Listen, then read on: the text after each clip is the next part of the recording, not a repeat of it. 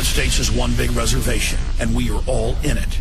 So says Russell Means, the legendary Oglala Sioux actor, writer, and activist. He captured national attention when he led the 71-day armed takeover of the sacred grounds of Wounded Knee. Our crew traveled to the Pine Ridge Indian Reservation to talk about the collapsing economy, U.S.-sponsored genocide, and why the American Indian has the lowest life expectancy in the Western Hemisphere.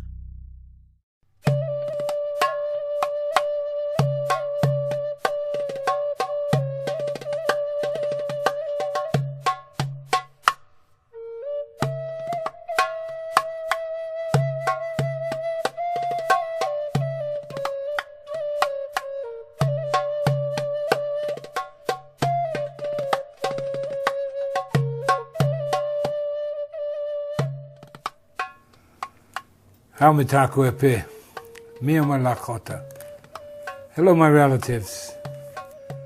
What I have to say about myself is that I've been to prison, I've been a thief, I've been a doper, a dope dealer,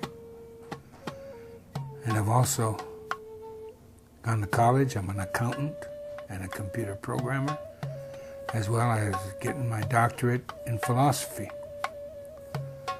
I've been everywhere in the strata of white society.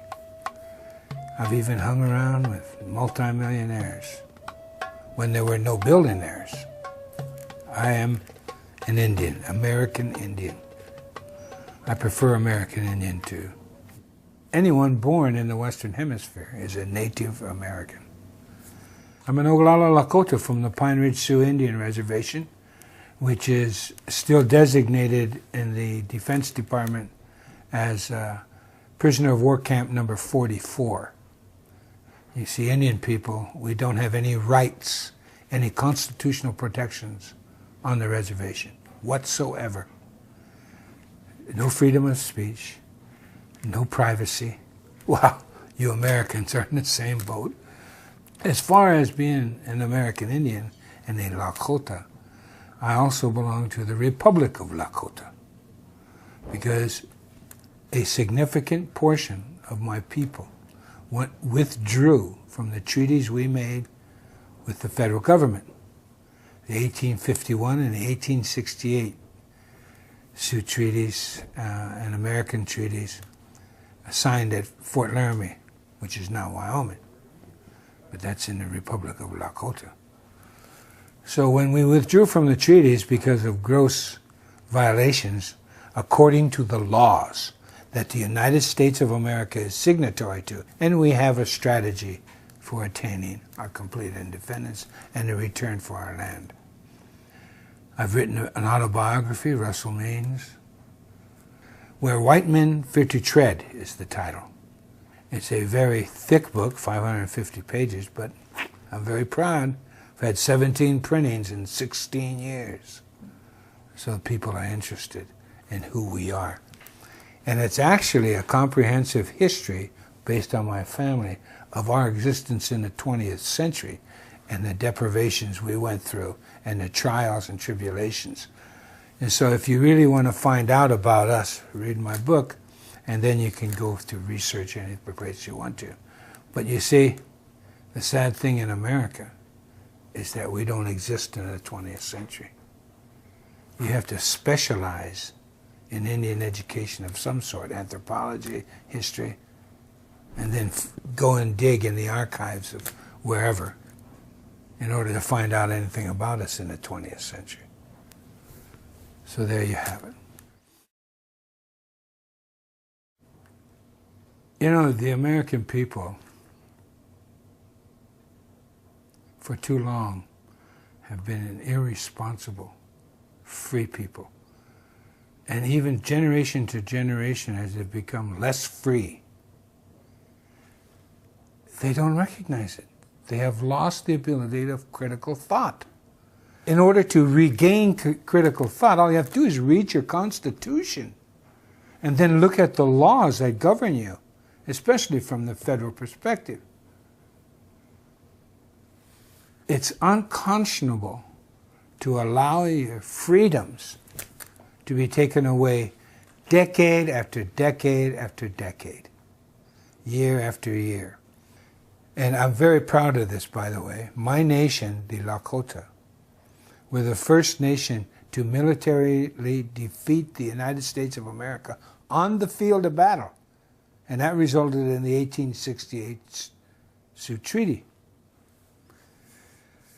Be that as it may, what has happened after they economically forced us into these prisoner of war camps by destroying our food supply and our right of passage in our own land, they confined us to these, and then they began practicing and perfecting their colonial tactics.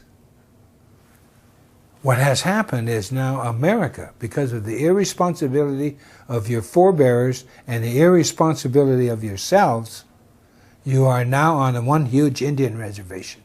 All policies were bred and born and birthed on an Indian reservation, and then exported to the world, and now comes back on the backs of the American people. You have a near-perfect document. In the words of Benjamin Franklin in 1744, to a collection of colonists discussing freedom, he said to them, and I quote, "If a nation to the north can form a near-perfect union that has endured for centuries, why cannot we form a more perfect union?" Unquote. So they're talking about the Iroquois Confederacy, and that's where the Constitution comes from. Because in 1988, on the eve of the 200-year anniversary of the Constitution, it was a unanimous thank you by the Congress of the United States. They sent in writing to the Six Nations Iroquois Confederacy, thanking them for their input into the Constitution and the formation of the United States of America. So you see, the Constitution is Indian law, and that's why I love it.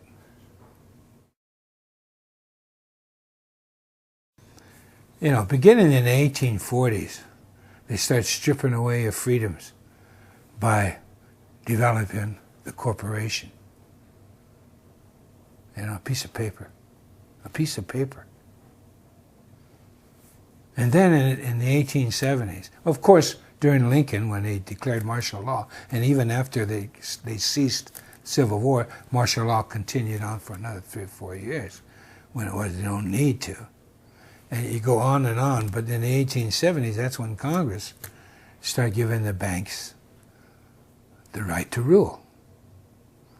And of course, you go on to 1913, and the beginning of the 20th century, that's when they officially gave away the power of our economy to the banks. You know? They can print the money for us. According to our Constitution, the people should never allow their money to be printed by someone else. Hello? So the history of the Indian and the history of the American have now come full circle, and were intertwined in the dictatorial policies of those that control the monetary system of America. And they have done such a bad job of it that they're destroying themselves. It's ludicrous at best. What has happened in Indian policy, or I should say American policy now, is that because you don't have control of your money, the international community has refused to invest any more into the financial instruments of America, because they know they're worthless, that the United States is too far in debt and cannot cover it. So consequently, they've refused to buy the bonds and the treasury notes, etc. At any rate, the Federal Reserve has been, for over a year, way over a year, been printing money when no one's buying the financial instruments of the United States. So what the Federal Reserve has been doing is buying those federal bonds and treasury notes and then printing more money. It's absolute suicide. And it's been proven from empire to empire that when you allow your human right, your individual rights to be usurped, that's when empire grows and could care less. I was growing up when this country, they started emptying this country. Around the 50s, the unions had become so powerful, they were about to form their own political party. They had shown during World War II how powerful they were in the vote for the presidency and the Congress. But they sat down with the bankers and the government around 1950, give or take a year, and they made a deal. The leaders of the unions made a deal with the leaders of America and sold out the unions. So when the people began to organize and gather and really have some power, it was negated. And it's been negated ever since. Ever since. You know, you have no privacy. None. You have no protections anymore. Now, I could be a smart aleck and say, how does it feel? Because I know how it feels living on a reservation, prisoner of war camp. Now, I can be an American, take my Social Security card, and leave the reservation and be like the rest of you.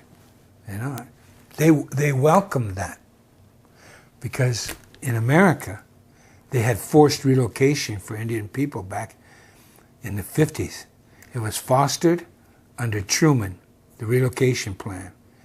And the man appointed to run that, the first man, he was the one who headed up the Japanese internment relocation program during World War II. So he went and headed up the relocation office for the American Indians, and I went on relocation twice. That's kind of a con job, but anyway, I made it out twice. And that's what they want to do, a diaspora. And therefore, guess whose land they're after?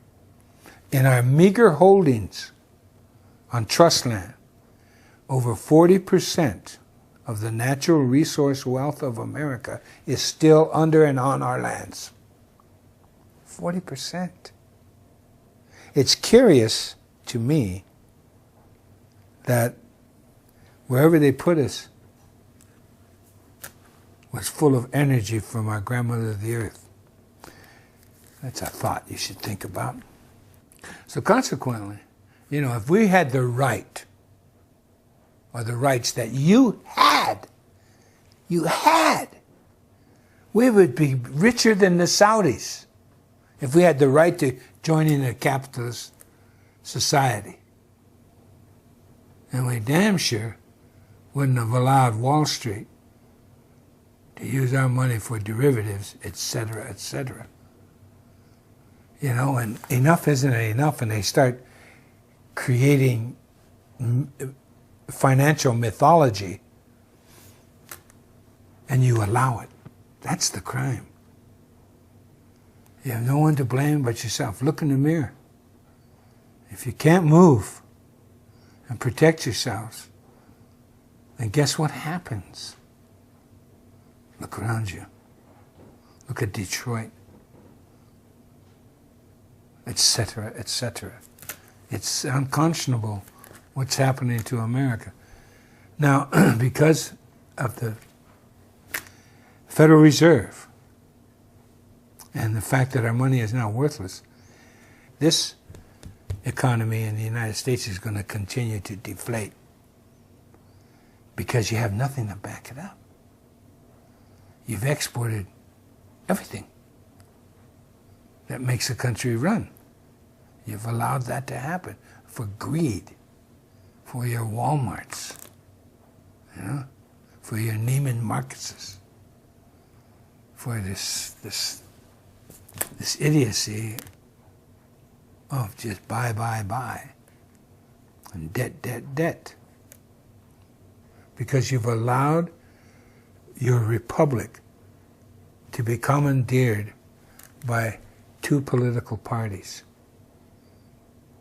whose only differences are their spending goals. You know, some would rather have them spend over here than over there. But they still want to spend. And it's a government. There hasn't literally been literally no difference in those two parties for quite some time, since I would say the Civil War. All one has to do is look at the results of history, and that's proof of the pudding. You know, it's very blatant, and that's another reason I fault the American people for not being alert to their own freedoms and to value those freedoms. Instead, it's replaced by politics, which guides you into this economics, this insane economics of a single party with two names. You know, there are many efforts at third parties in this country, but the two dominant, I know I've testified before state legislatures on behalf of third party politics. And the idiocy of Americans to tell me that if you vote for a third party, you're wasting your vote. What? Look at all the parliamentary governments in the world. They've pretty much kept industries and everything in their country rather than shipping it out. And they've kept, and the unions are alive and well there. It's a society that is not as materially minded as the Americans have. And I fault that with the reason we've become just so materially minded is because Americans don't have a culture. They left their cultures behind. And you see, culture is about values. Anyone says any different is a Democrat or a Republican. At any rate, culture, I find, is the necessary backbone for value. And if you have value, you have culture. I visited most of the countries in Europe, and they still had ironworks. They still had clothing industry, made their own shoes, etc., etc., and they still do. They also have such a culture as they know how to live in cities. In America, we don't know how to live in cities. Getting back to the local. If we had local industries, then families wouldn't be broken up. In the Americas, I think of only one city that comes close to Europe, and that would be Toronto. You know, when I went to Europe for the first time, I was at the World Council of Churches, and it was a breath of fresh air. All these white Europeans were sitting around me, and just their conversations was refreshing. And I got a different look at what white people are all about. And it seemed to me immediately that these Europeans were a lot more responsible than Americans. It was immediate. Here's what it comes down to, mob rule. 50% plus one, and then the rest, the 49.9% left that disagree, have to follow the 50 plus 1%. It's idiotic. That is not freedom or an expression thereof. Look at the parliamentary, again I mentioned. The smallest party if it organizes right, can be heard. And they go to the capitals of Europe, and your voice is heard, and they build coalitions with it, and all of that kind of stuff. But the point being is your voice is heard. And they're not letting the Federal Reserve print their money. So consequently, all the lies you hear from the corporate media in the United States, you know, they give you Greece. And yet, England is far worse off than Greece. But they don't say anything. It's in America. I think in the think tank that I belong to, America is ranked the third or fourth worst off country in the world, economically. Your leaders have forgotten all about you, so welcome to the reservation.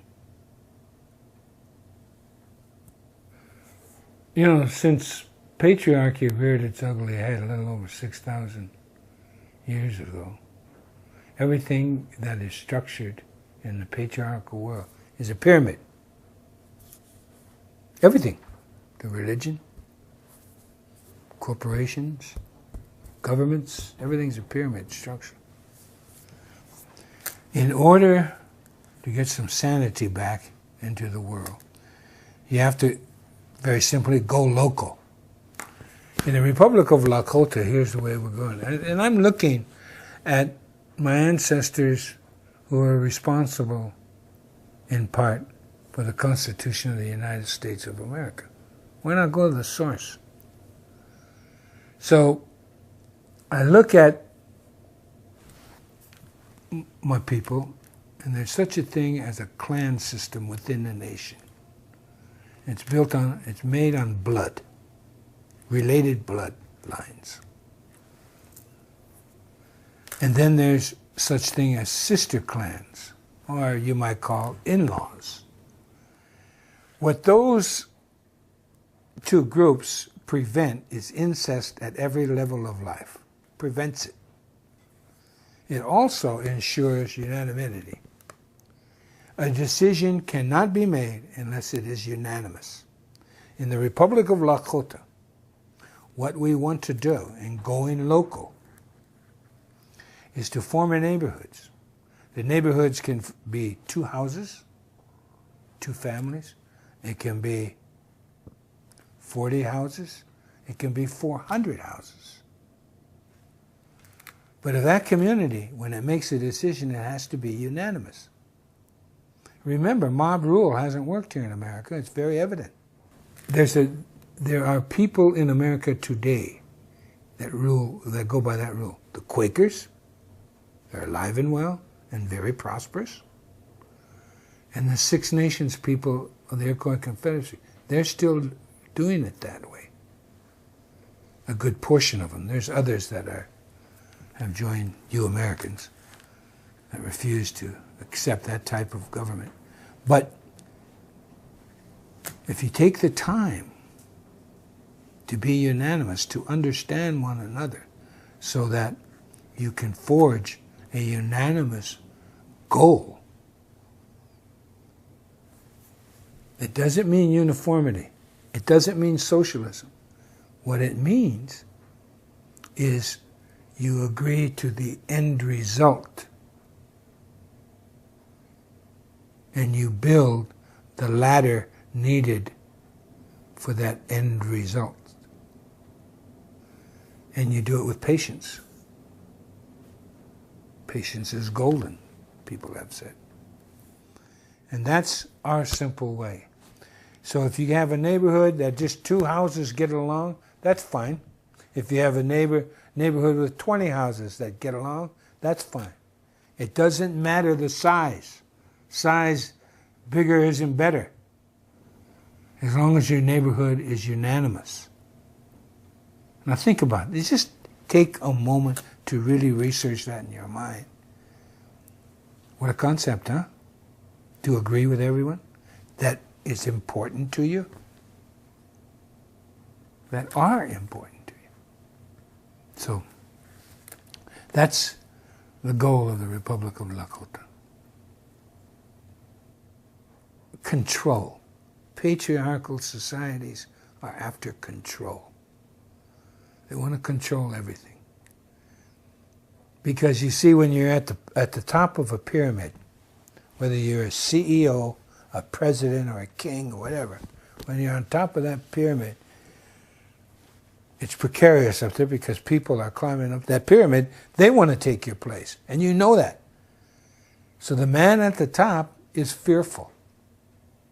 That's why they have armies. That's why they have police. They're fearful. Decentralized America. Let's look at that. Centralized America is like a human body.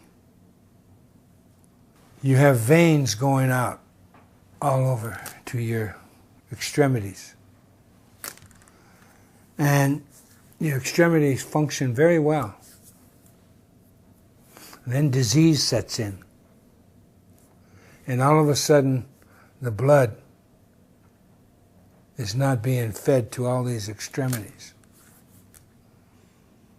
And the right and the proper nourishment to keep your body free is co-opted because, number one, you don't eat right, you don't exercise right, and you don't have a feeling of well-being, because the psychological is very important.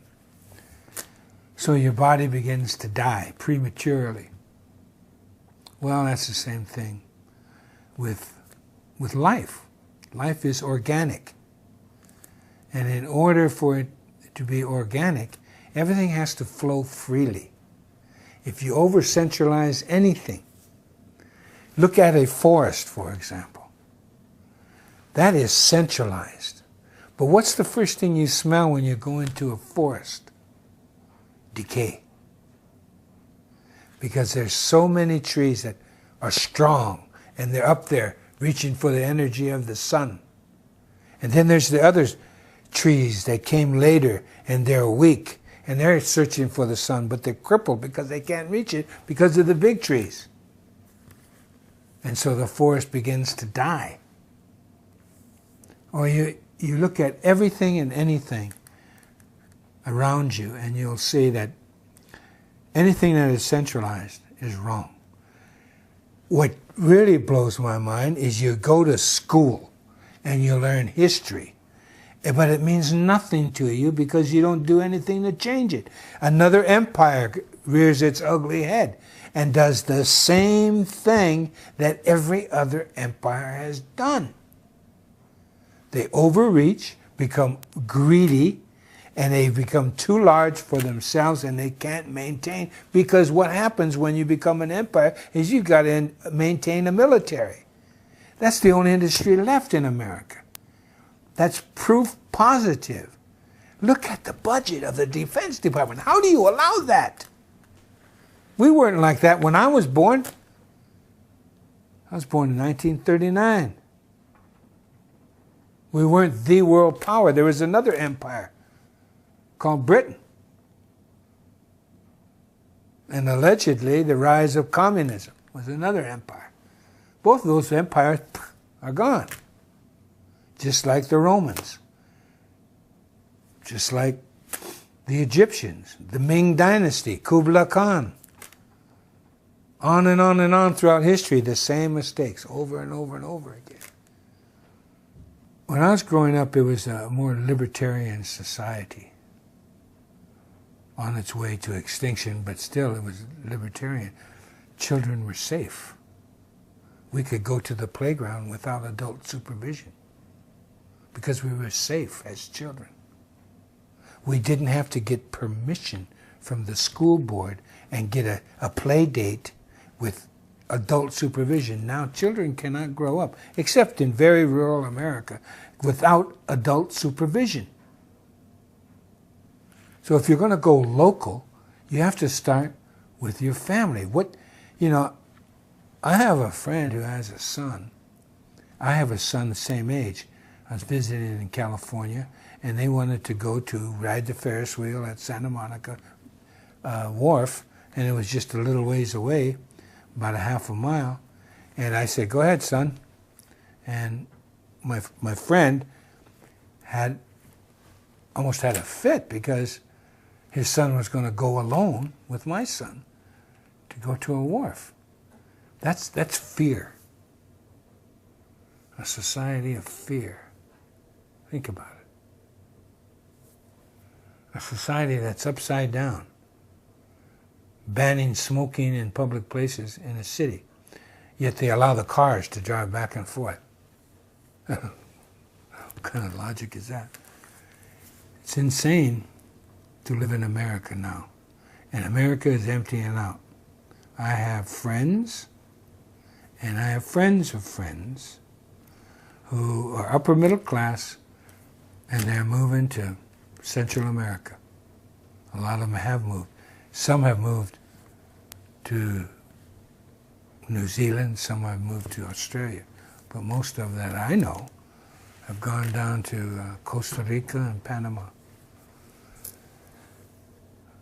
They see the handwriting on the wall for America. And it isn't good, because to wrest control of the monetary system from the Federal Reserve will take, I'm sorry to say, a revolution. And America has been through it before a couple times. So, and 3 times actually, if you count the union movement, because they revolutionized the people. And whether you like unions or not, there was a time in America when the people, through unions, made their political mark on the ways of America. For instance, the union movement was responsible for the GI Bill, the greatest affirmative action program for white people in the history of America. It's information deprivation. That's what they're giving us, with the federal school system, no child left behind, and all of that, the dumbing down of America. That's Indian policy. That was born on a reservation in the boarding schools, man. How you dumb down a people in your mode of education. See, I'll give you an example of America as I was growing up. Again, more values here. With local control, you have more honesty. That's just a rule. Think about it. Local control engenders honesty. When I was growing up, I went through a school system in Northern California, and all of California's public education was considered the finest education in America. And this is in the 1940s and the early 50s.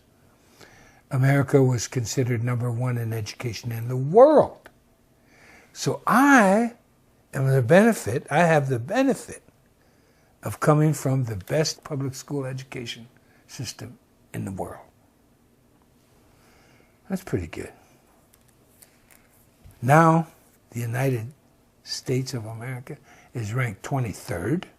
I know it's worse than it's ever been. It's ranked, in the world, you're ranked. And California is ranked 43rd in the nation in public education.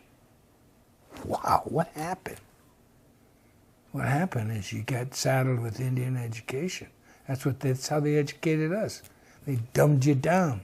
They're dumbing you down.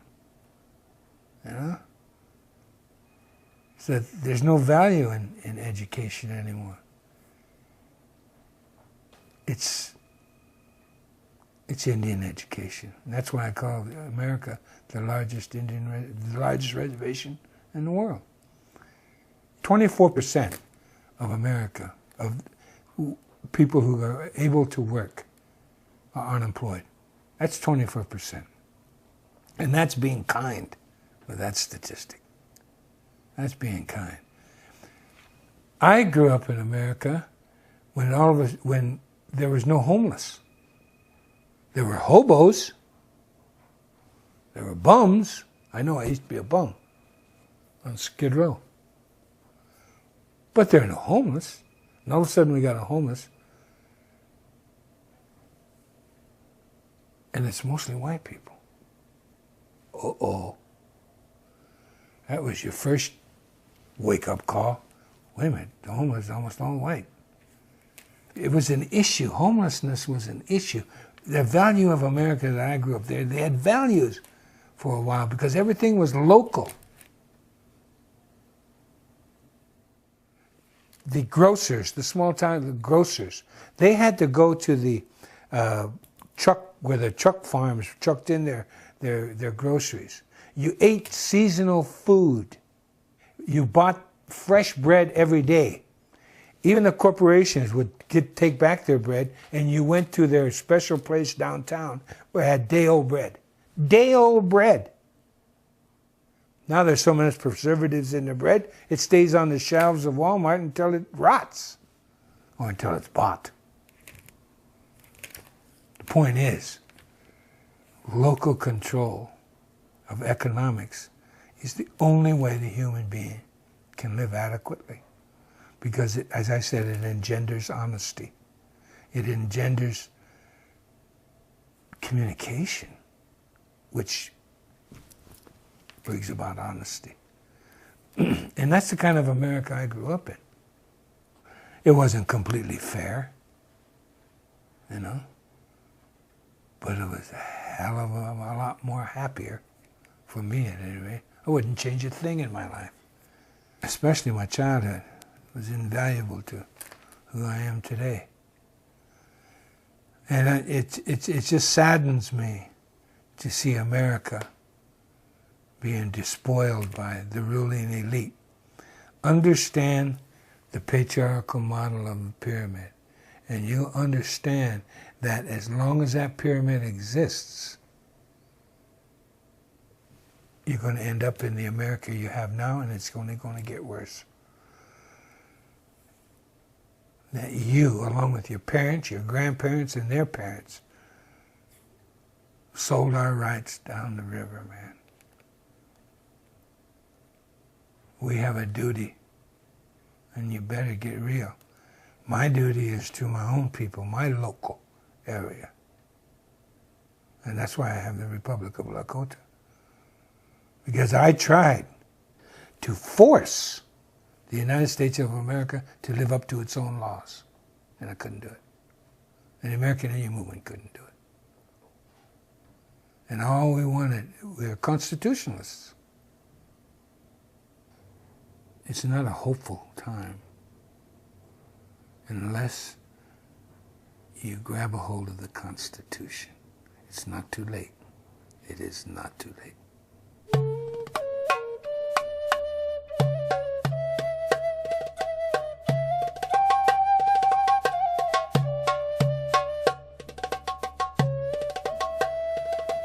Well, we're here at Wounded Knee on the Pine Ridge Sioux Indian Reservation, also known as Prisoner of War Camp 44.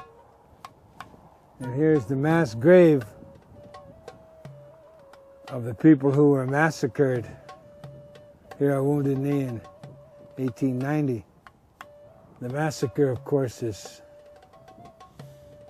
well known among all American Indian people, especially of the United States of America, as the signature event of Indian history with the government of the United States.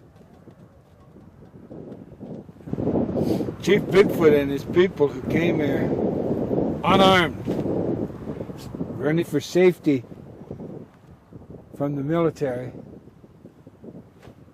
but they were stopped by the 7th Cavalry. The day before Christmas, they were brought down here.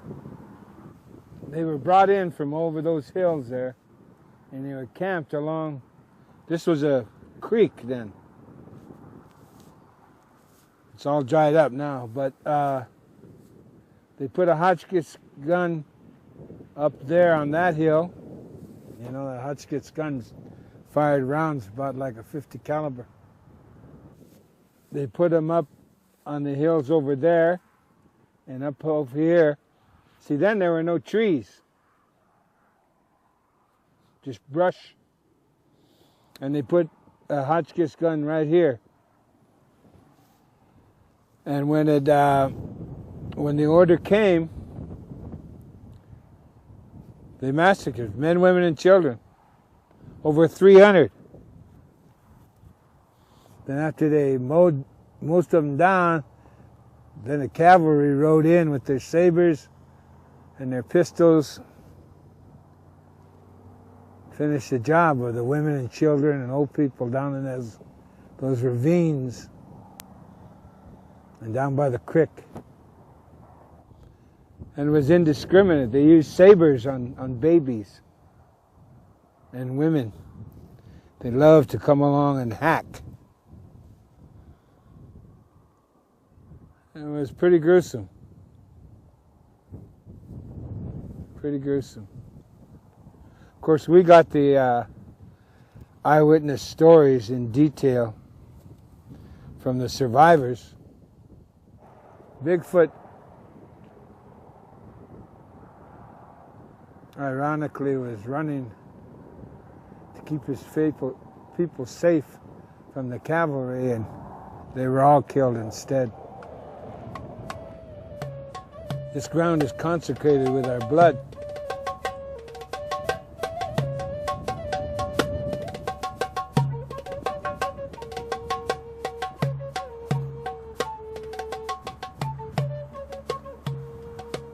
Back in the 1800s, our first contact with whites were French fur trappers and traders. And then a few Scotsmen came in and others and established trading posts in different areas of our country. That was okay. We got along with everybody. There's room. This is a vast land. There's room for everyone, we thought. And then, to short circuit that, we met government officials prior to our war. But then they found gold in Montana. So the shortcut was right across our land. Well, we didn't mind. People were passing through. Good, There was only one instance of an Indian attack on a wagon train. And all they did was run off the oxen. And what happened was that wagon train was approached by these Indian people. I think they're Pawnees. And they asked for two oxen. And they were chased off with guns and insulted. And so the Pawnees said, all right, you wouldn't pay the toll. We're going to take all your oxen. And they did. That's the only recorded instance of any confrontation between Indians and wagon trains. But the mythology says otherwise. But then the army, at the insistence of itself, started building forts along what was called the Bozeman Trail. That was the trail to the goldfields. Well, that was going too far. That was contrary to what the United States of America had already promised, and it was contrary to, it disturbed our land. And they didn't have ownership. So we went to war, and we won. The result was the 1868 Fort Laramie Treaty, and the United States agreed to all our demands, every one of them, and left. They got as far as Chicago, and then they changed some of the treaty. They kind of took about 1/3 of our land away. All of what was in now the state of Nebraska. They cut that because Nebraska was about to become a state. So they They cut that portion off in Chicago, went on to Washington, D.C. The treaty was ratified by the Senate and proclaimed by the president, the then president.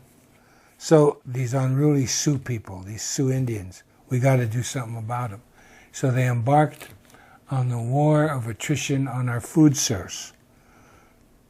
And here's a staggering statistic that is fact, anthropological and historical fact. At the coming of the white man to the Great Plains, there were estimated approximately 60 million buffalo, a southern herd and a northern herd, that grazed the Serengeti of the North America, which is the Plains states into Canada. That whole area was a vast migration of natural animals. 60 million buffalo. 60 years later, this was at the beginning of the 1800s. 60 years later, there were 200 and some odd left. That's 1 million a year killed. That kind of devastation is unknown anywhere else in the world. And that's one of the legacies of the United States of America. And that's what got the Plains Indians to acquiesce. Not just the buffalo, but all that migration that represented a food source, a shelter factory for hides and clothing and medicine. I mean, real medicine. All of that slaughtered. Because along with the 60 million buffalo and millions of antelope, millions of deer, millions of all types of birds in our gardens, unbeknownst to almost everybody except the experts, the anthros and the archies and the hissies, you know, the Plains Indians planted food. We had farms. We had gardens. It was that simple. It was real easy to grow things. So then we had to come into the reservations. We were starved into it. Literally starved into it. But when we came in with pride and dignity. Even though we had been logistically defeated rather than militarily defeated. We became dependent because our food source was gone on handouts from the federal government. Starvation rations. And because of the demoralization of that fact, and the fact that our women were regularly raped, we still stood up.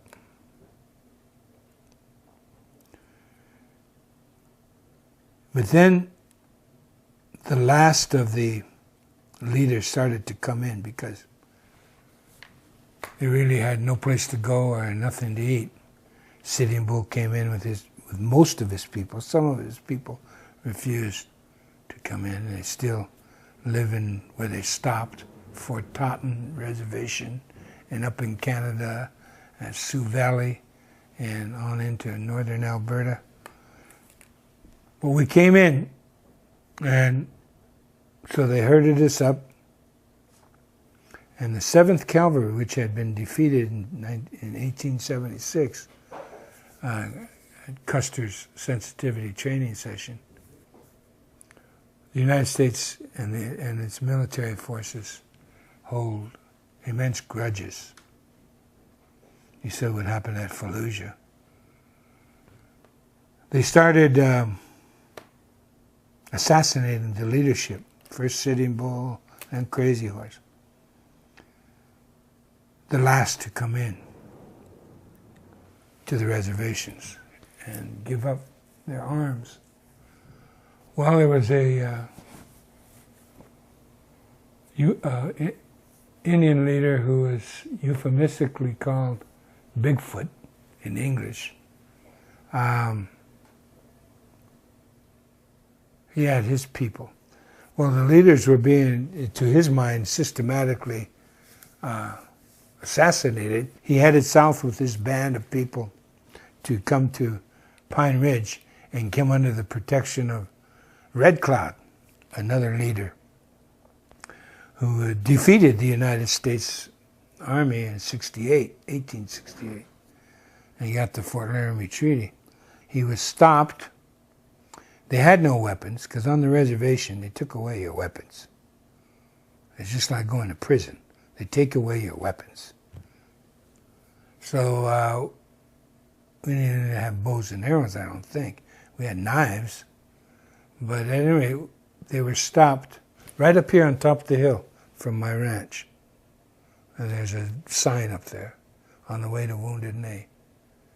They were stopped up there. They were searched and all of that kind of stuff, disarmed of everything, and then forced to come down. This is the 7th Cavalry, who still were mad about what happened to them before, even though they deserved it, more so, in fact. Their story, and the Army has to claim this, otherwise they're liable. We're the people who defeated militarily the United States of America, who had built up a string of forts through 3 states. And we burnt every one of those. He gave them up because we militarily defeated them. Now we're in this bowl, Wounded Knee Bowl, surrounded by the armed might of the United States of America, and we're going to pull out one gun with our women and children and fire a shot. That's what they claim. And people believe it because we're Indians and we don't have a brain. Unlike Americans who have brains but don't use them. They slaughter us, men, women, and children. And then the blizzard hits, and they bury, after the blizzard goes by, all the bodies are frozen. And that infamous picture of Chief Bigfoot frozen in a horrible way, his body. Then they stack us up. This is before the Nazis and the concentration camps. They stack them up, all our bodies along by this mass grave, and they all take pictures and then shove them into the mass grave. 1969, we were demonstrating at Mount Rushmore. We went into the tourist shop at Mount Rushmore, and on this whole thing of postcards, where they colored in these black and white pictures of the massacre at Wounded Knee, all the dead bodies, and the pictures of the mass grave and everything. It was, like the Jews. And they colored it in Technicolor. And they were selling these postcards. Oh, we're on vacation. Wish you were here. Love, That's what you put on these grotesque pictures of Indian people.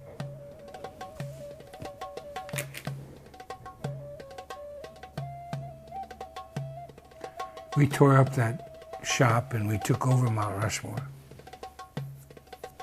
Stayed there for a year.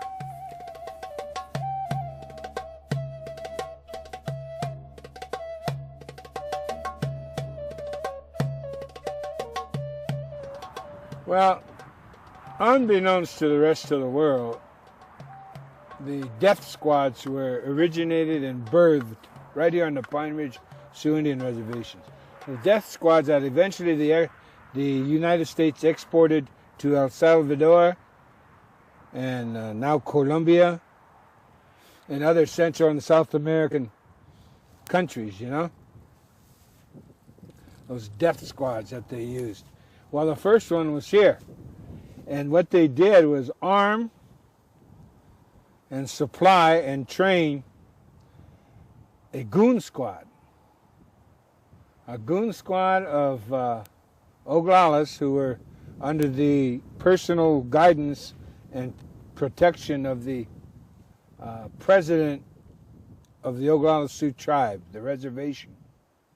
He was the lackey the U.S. government used. And after we took over the Bureau of Indian Affairs in Washington, D.C., and then left there without anyone getting arrested, we took it over for 7 days during election week in November of '72. And then we came back here, and they thought AIM was going to attack the Bureau of Indian Affairs here. So they brought in a squad of 80 marshals in their paramilitary squad, and they put them up on the roof of the Bureau of Indian Affairs building and guarded it, while we decided, under our traditional chief's direction, to come here instead of attacking that. And we did. We came here that night of the 27th of February 1973. There was a trading post right over there with a house beside it. And there were other houses over here where they all lived. These are the traders, the white people. And we took that over, and then we took over the church that was in front of the graveyard. And we held this ground, all the bowl. You see, it's like a bowl here. And the feds put all their guns up on these hills above us, all around. And for almost every day, for 72 days, they poured in fire. And they even used 50 calibers on us, which is illegal, according to the Geneva Convention. But what the hell, we're Indians. So we actually didn't believe we were going to come out of this alive. They agreed to our demands, and within 35 minutes after we stood down our arms, they started violating every one of those terms they agreed to. So we learned the hard way, just like our ancestors, you know? You can't believe a white man. They lie, especially if they work for the government. Over 260 court cases, and we won every one of them. Once we were inside Wounded Knee, we reformed the independent Oglala Nation. We reinstituted our philosophy of life. And it ruled by unanimous consent, and we kept everything here. We had to. We were surrounded. But it's just an example of local control.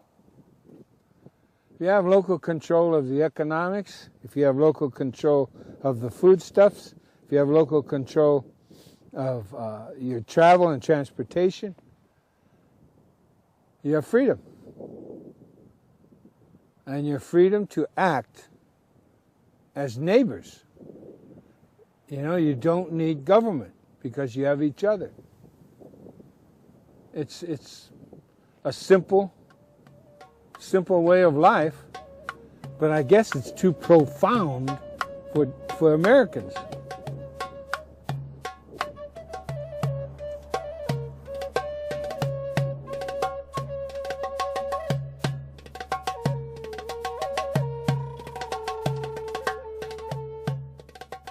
So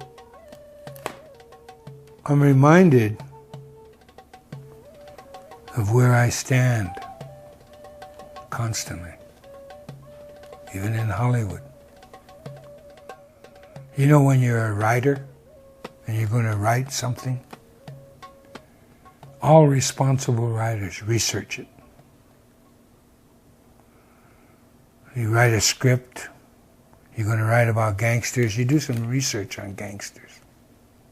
You don't just make it up. And you do research on labor movements, whatever the topic, on love. Except when it comes to Indian. Script writers do no research. I know. I've confronted them. I've acted in some of their TV and movies.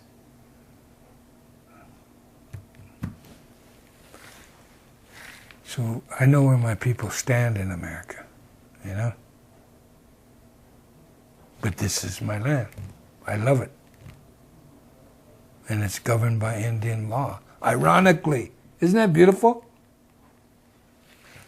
That's beautiful in my eyes.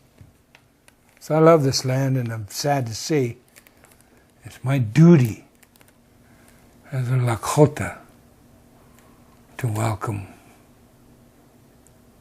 human beings. So that's why I fight for this country. That's why I fight for the Constitution. That's because I see too many wounded knees. The Branch Davidians, it's a white man's wounded knee. You know? When Clinton, a Democrat, attacked his own people and slaughtered them. Wow. Never stops, does it? And then they're demonized. And you know what they went to prison for? Those that survived that Holocaust? Illegal possession of firearms.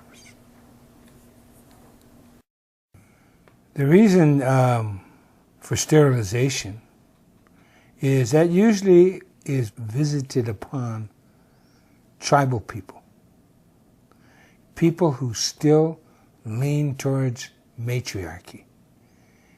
People who are organized in a socio-economic way of life that is counter to the existing paradigm. And those are the people they pick on to sterilize. You know, at the same time in America, when in a 4-year period, they sterilized 42% of our women, American Indian women. At that same time, they sterilized 35 or 36% of the Puerto Rican women in Puerto Rico. Because there was a groundswell of liberation movement in Puerto Rico that was getting way too big. And I guess one of the methods they employed to stop that, besides prison and deprivation of your individual rights, they sterilized Puerto Rican women at the same rate, almost the same rate, during the same time period. And you know, that was never really brought forth, except by us Indians. We're the ones who found it out. But that's my answer to the fact that the dominant society is fearful, and always has been, of matriarchal indigenous groups. And those are the ones they always want to control the population. And you go around the world, the Ainu north of Japan, the original indigenous people of Japan, driven to the northern islands. The Sami people of Scandinavia, commonly referred to as Laplanders. And you just go on, the indigenous people of Africa, the massive sterilization down there, the massive slavery, my God. It all started with the Arabs, you know, when they started enslaving Africans way back when. So it's continuous attack on indigenous people the world over. You know, they talk about the bio whatever it is, the bio food, the pharmaceutical, all the corporations. You know, it's just one word, it's greed. They've set up a system, and the American people are the laboratory. They set up a system. What's the best way for our industry to profit? Well, we got to have sick people. They go to the scientific community in league with the government to okay all of these drugs that can kill you. What's unbelievable is they advertise these drugs as lethal, and people still buy them. Huh? That, along with the Social Security, I mean, what are our Americans? Man, What happened to their brains? Well, I know it's the educational process is a lot large, but I think these foods, I'm convinced that an entire people that do not want to say anything about defending their rights, that don't do anything to stop the continual deprivation of their individual freedoms, it has to be also in the food and in the medicines, along with everything else, because nobody's that stupid. To see these TV commercials on supposed medicines that they tell you is lethal. Well, you know, if your liver goes bad, immediately call your doctor, whatever they say on there, you know. It's unbelievable the situation Americans have allowed themselves to be put in, and they still do nothing. They still do nothing.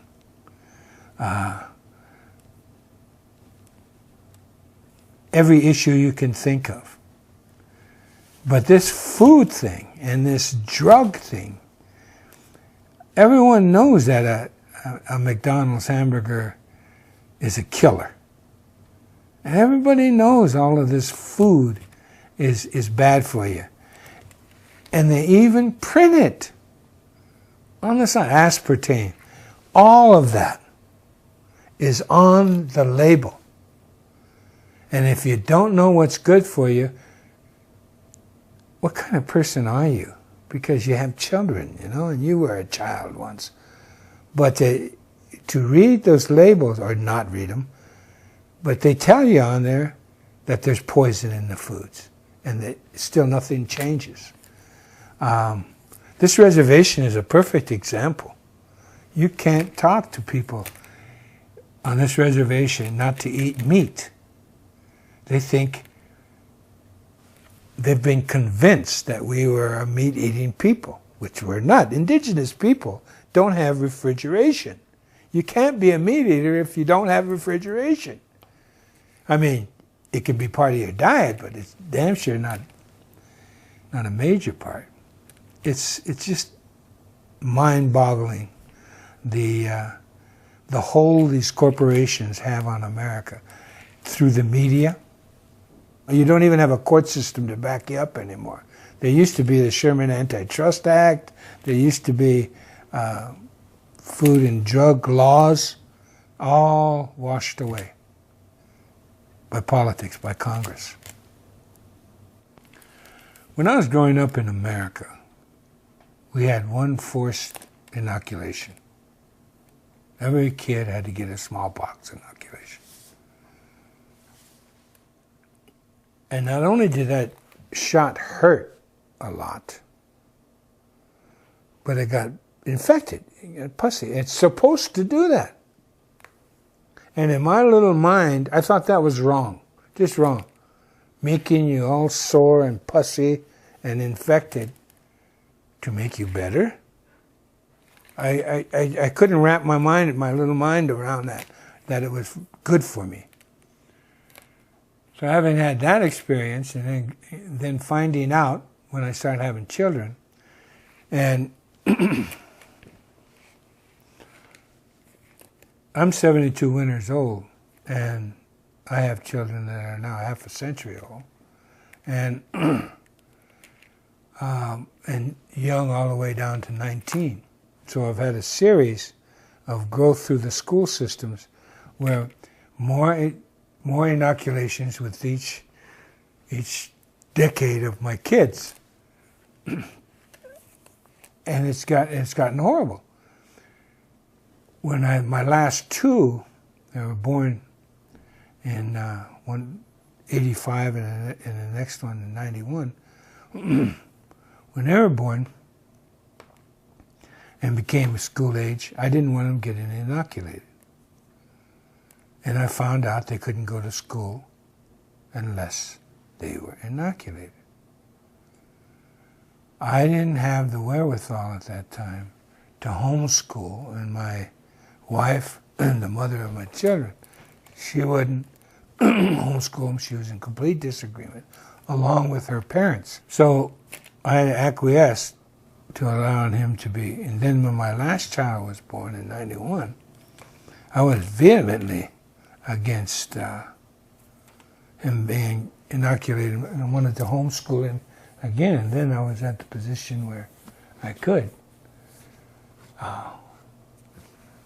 And again, I lost out to the in-laws. So I'm well aware of those inoculations, and what scares me about those inoculations is the fact that I think that goes in large part to the dumbing down of America.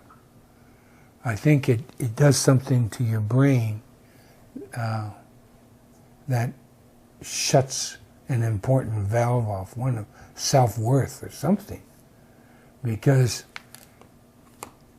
if you look at America, it's becoming one huge sick society. And I mean physically sick and mentally sick. And the proof in the pudding, I think, are the elections.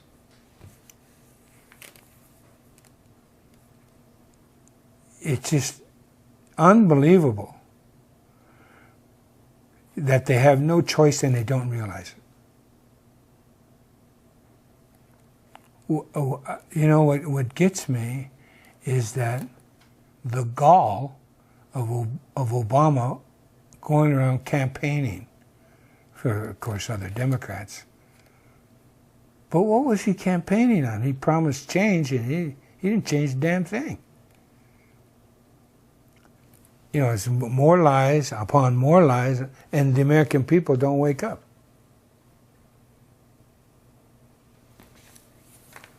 It's unbelievable that after 2006, anti-war demonstrations disappeared.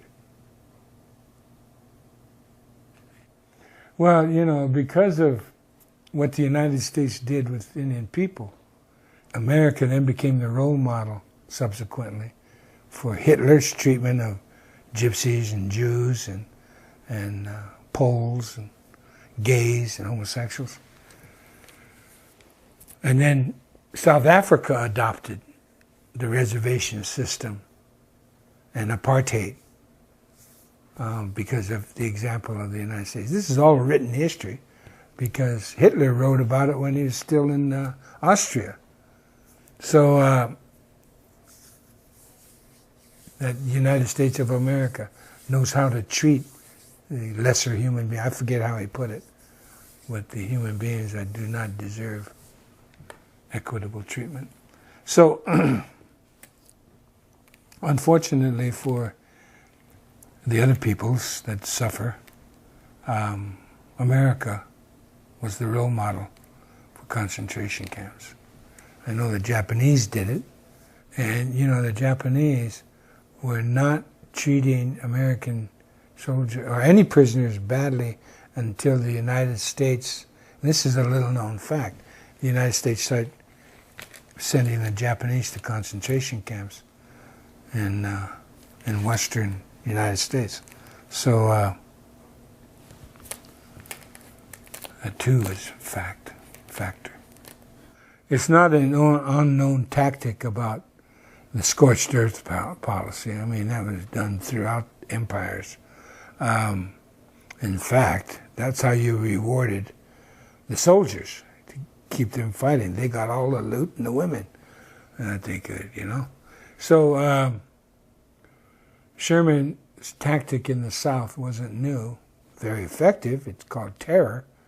And so he came out west to try to employ that same thing, but he failed. And it was one of his lieutenants that called the Lakota, my people, the finest light cavalry in the world. We were too mobile, the Plains Indian, for Sherman to be successful. The whole railroad system was dependent on a safe throughway through the plains. And the Plains Indians were, for lack of a better term, nomadic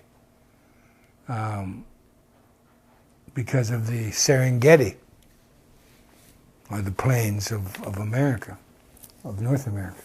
So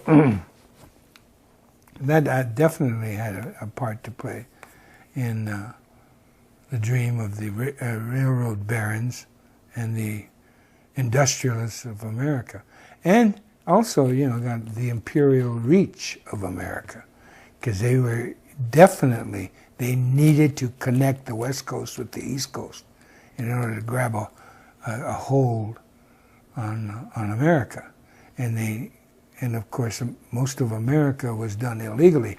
You see, the Louisiana Purchase wasn't a purchase, except for the fact that what they purchased from the French was the right to negotiate with the Indians, free of any interference from France. The doctrine of discovery had already claimed that. So according to the Catholic Church and all international law, they own the Louisiana Purchase. But all they sold to the United States of America was New Orleans, and then some of Louisiana, most of that Delta. But then the rest of the Louisiana Purchase was their right to negotiate in fair and equitable treatment with the Indians of that purchase. So them claiming the Louisiana Purchase as a land grab, it was a land grab, you know, illegal land grab.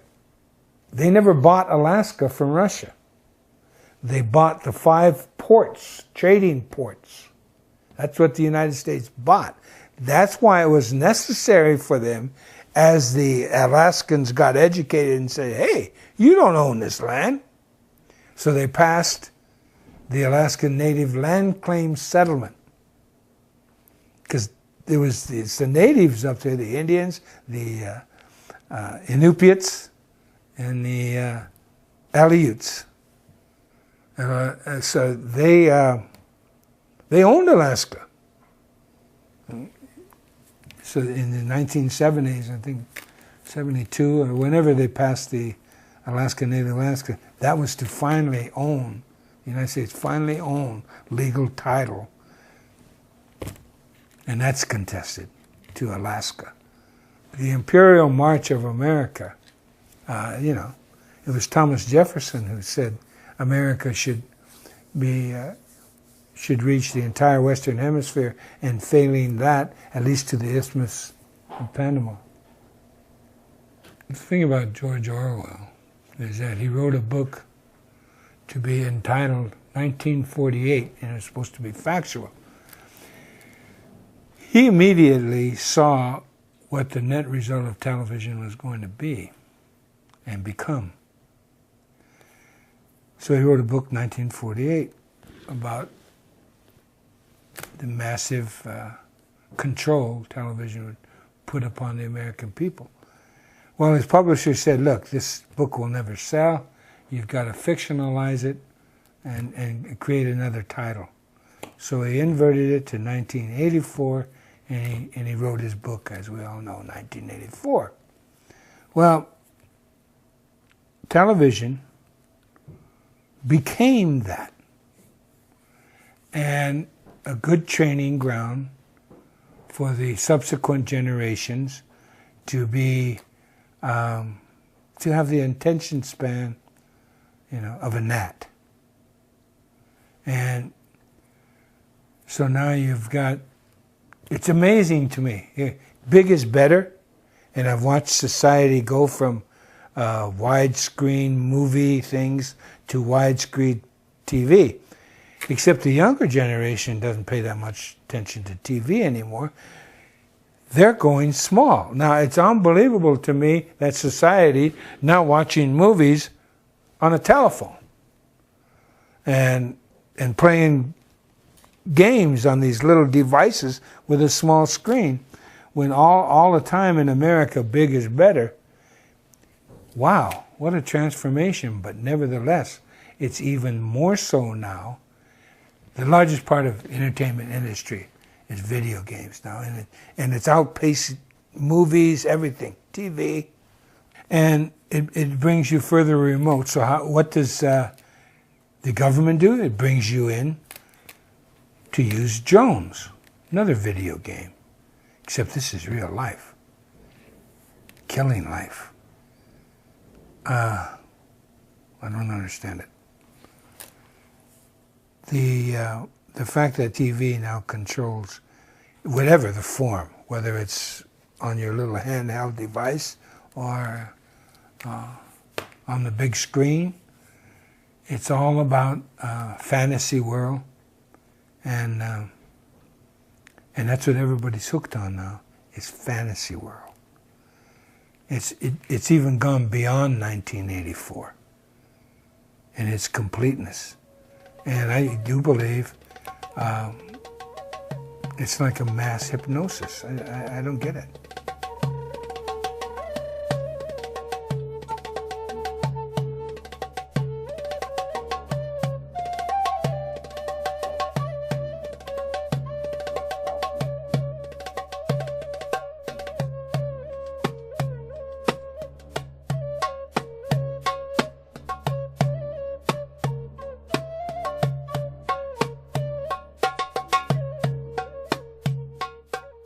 You know, what the patriarch doesn't understand is natural law.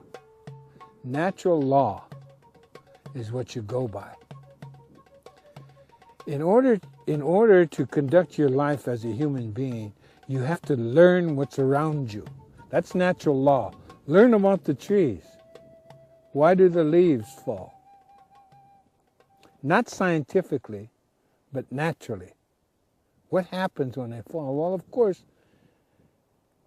you go down there where the leaves fall and you'll smell decay. They're decaying, but at the same time, they're fertilizing. And if you watch the land, you'll see all this plant life. But the poison plants have no friends. Look at all the friends here. They all coexist with one another. With the bees, with the birds, with the worms, with the snakes, the gophers, prairie dogs, everything. The elk, the antelope, the grasses, the bushes, all coexist to help one another. You get to a poisonous plant, and it has no friends. It's bare all around the poisonous plant. So that's natural law. So you can blend in with anything and everything that is around you if you're friendly and you share and you sacrifice. You're willing to sacrifice. That's what you can learn from just plant life. And if you're a poisonous person, you're not going to have any friends. Period. So why be that person? Natural law. The air, the wind. You know, we still have 52 names for clouds.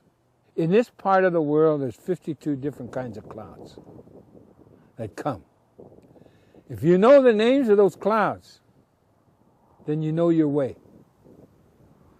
You can tell the weather up to 4 days. The clouds coupled with the wind, whichever the wind is coming.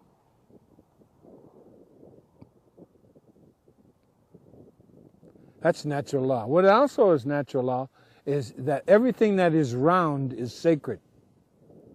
Everything that is sacred is round. The raindrops, the leaves, you and I, all life is round. Even the wind is round. Wind travels in a circle. So do the clouds. The sun and the moon and the stars are all round. So that's a lesson right there. Natural law. You watch an animal and you realize, there are no predators. There's only natural law. And we, human beings, we don't want to be eaten. It's that simple. That's natural law. We don't want to be eaten. So every bit of what life can teach us we incorporate for our own survival. For instance, watching the coyotes. Coyotes hunt in pairs, man and wife. When they select out a buffalo, for instance, they don't chase the buffalo. Oh, they chase it minimally, but they chase it in a circle. They make it go in a circle. And then when it gets too tired, they kill it, eat it. Well, that's why we hunted buffalo. We didn't ride our BMWs across hill and dale. Look at these plains, man. You're going to ride a horse you trained 7, 8 years.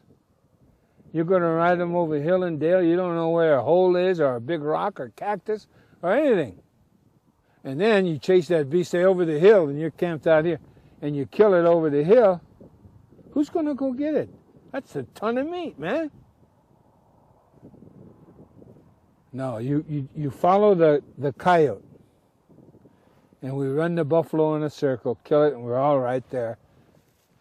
And we can enjoy the meat and the hide and the fur and the tongue and the hooves and the head and the skull and the tail. Every bit means something to us, has value to us. Natural law is the 4 seasons. How do you live in the 4 seasons? Well, we built what is called a teepee, a home. It's one of the finest architectural designs of buildings in the world. In fact, it's the best because it doesn't need a foundation. The teepee poles, weight is on each other. Then you put the hide around there and you add to the weight, but the weight is on the poles, not dependent on the ground. And so it's conical shape, so when the wind comes, it immediately goes off around it, because it's round, man. So you're safe from high winds. And it also spiritually means something, the home. It's a teacher every day, because the teepee represents a woman. You know, those flaps that you call flaps, and they have the teepee poles in the flaps, and they're out like that. Well, at night, you fold in the flaps like this. See, that's how a woman takes care of you. She keeps you warm, safe. The door is very small. One, to keep out the wind, but mainly to teach you to be humble. See, you have to bend down to enter the home. So that's a little lesson right there. The teepee poles, when they're up there tied together like that, they represent the men. And when the men are tied in unity, nothing can bring them down. Nothing. Not even an earthquake. Americans have become so greedy, as we know, that they're trying to, first of all, they print money without any value. And they continue on this hocus-pocus search for wealth that's based on air. And one of the ways they do it is, as we know, they use Social Security and your number to finance their debt way into the future. So that's why it's mandated that every person born in the United States of America has to have a Social Security number, you know, even before their name is registered. So, because they're going to be indebted for the future debt that this society has incurred. The United States and its various agencies, the governments even, are using people to raise money and trade. As we know from the Social Security system, that everyone born and has to have a Social Security number, or you can't get anything. In fact, your parents can even go to jail if they don't get a U.S. Social Security number. Now with the Indians, not only do we have a Social Security number for that area of indebtedness, but our reservation and all its value, including the people on it, not only are we indebted on the Social Security number bit, but we're also featuring the state attorney general of the state of South Dakota and all the other states that have Indian reservations. They trade that reservation and the value of that reservation and the value of its people, the value of its air, the value of its carbon emissions are traded on Wall Street, through Dun & Bradstreet. It's listed. This value is put into financial instruments that are packaged and repackaged, just like the real estate fiasco. So we haven't even hit on all the swindles that Wall Street is visiting upon the people of America. You're nothing but a bunch of coupons for the United States government and the people who run it. That's it. American people, you're a commodity, and you don't deserve anything else. And they're going to make sure you continue to be a commodity as long as the empire exists. As long as you allow the Constitution to be raped.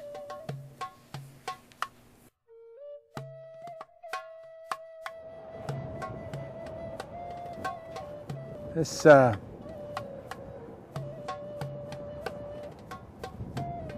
land now filled with Indians that are absolutely dependent on the government for everything. For everything. At any rate, you depend on the government, and what you'll end up with is poverty and a lot of paper. Because everything you do, the government requires a lot of paper. You have to fill out a lot of forms. Then they have to fill out a lot of forms. And then they go up to the next level of government, they got to fill out a lot of forms. And by the time it gets to where it's supposed to go, nothing happens. We have government health here.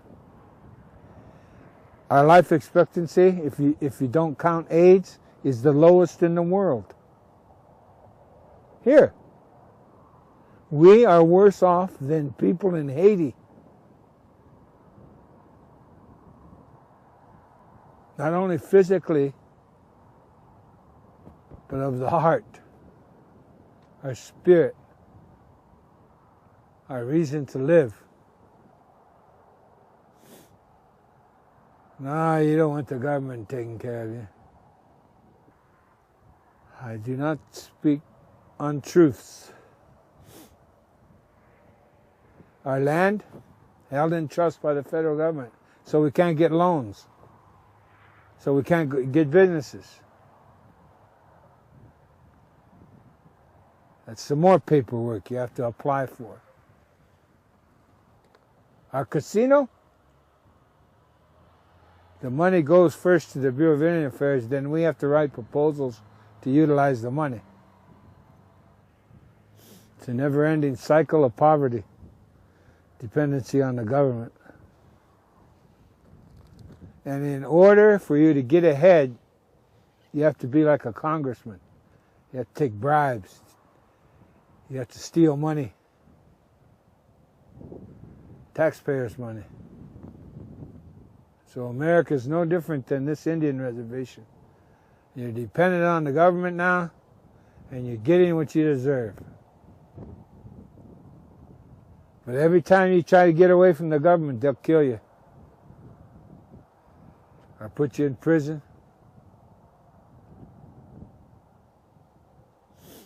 Or let you become an American.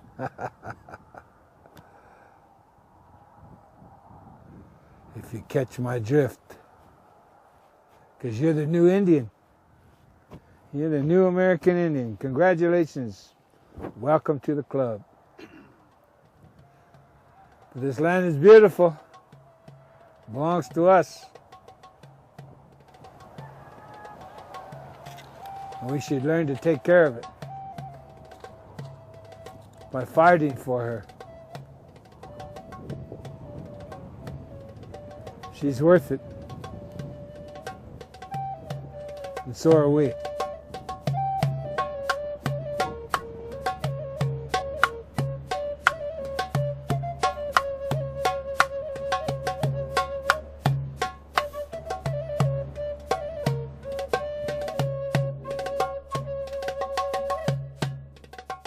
Visit Infowars.com and PrisonPlanet.com. When you're on the site, you can also tune in 24 hours a day to my daily radio broadcast. There's also a free iPhone app to listen to the syndicated radio show when and where you want.